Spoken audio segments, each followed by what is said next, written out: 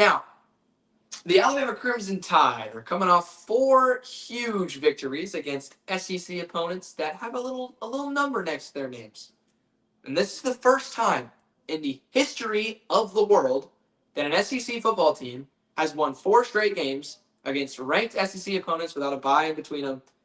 Alabama's red hot. They're crimson hot, rather. They're as hot as a team possibly could be in terms of win-loss. And they're traveling on the road to face the South Carolina Gamecocks, who have lost, I think, well, they beat Kentucky, but other than that, they have lost, I think, 4 of their last 5 games. They haven't won a home game in a long time. They had really high preseason hopes, and they are shooting real low. The injury bug's bitten them a little bit. Their offense can't do anything. Their defense is getting smacked in the face by teams that don't smack anybody in the face. South Carolina is ice cold, and Alabama is crimson hot. But if I'm an Alabama fan, so I understand this. If I'm an Alabama fan, I am terrified about this game. You're on the road at South Carolina in October. I feel like the college football media does this all the time, and it annoys me to no end. I feel like teams are rated highly at the beginning of the year, and we talk about them all season in the offseason. South Carolina is a perfect example.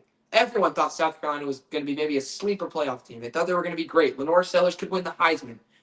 Then all of a sudden, South Carolina starts losing, and the college football media just forgets they exist. I mean, have you heard anyone talk about South Carolina? Have you heard anyone even mention Lenore Sellers or anything about Dylan Stewart or this defense? I haven't heard a whisper, not a whisper, about South Carolina in the major college football media.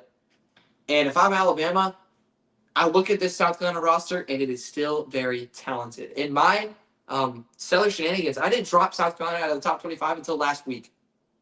I still think that they're a powerful team. I think they're a dangerous team, and they're at home. And it's 2:30, which means the fourth quarter will probably be at night. If South Carolina has a lead or a tie or even just a small deficit going into the fourth quarter, night game in October with the sandstorm going, ooh, if I'm an Alabama fan, I am terrified. I am absolutely shaking in my boots, terrified.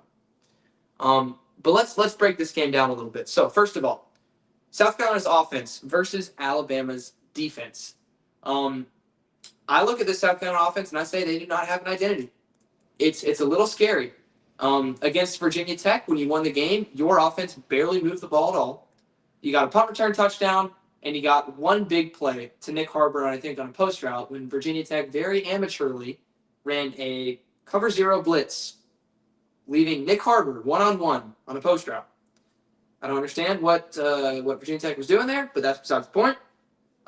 South Carolina has not moved the ball successfully against any of their SEC opponents, not Missouri, not LSU, not Oklahoma. And now you're playing an Alabama defense that has been pretty good over the last few weeks. And I'm not saying great because they haven't been phenomenally unbelievable, but they're pretty good. I think basically South Carolina's offensive identity at this point is, hey, we got Lenore Sellers. We're going to let him make plays. They can't run the ball. They don't have any explosive wide receivers. Nick Harbor, I guess you could say, is, but he's not really reliable. He's not really consistent. So South Carolina offensively just gives the ball to Lenore Sellers. That's pretty much what they're trying to do. And I don't know if that's going to be able to work against this Alabama defense. I think Yonsei Pierre is really coming on. We talked a lot about him after the Tennessee game. We talked a lot about him even after the Missouri game. He has been so good in things that show up in the stat line and things that do not.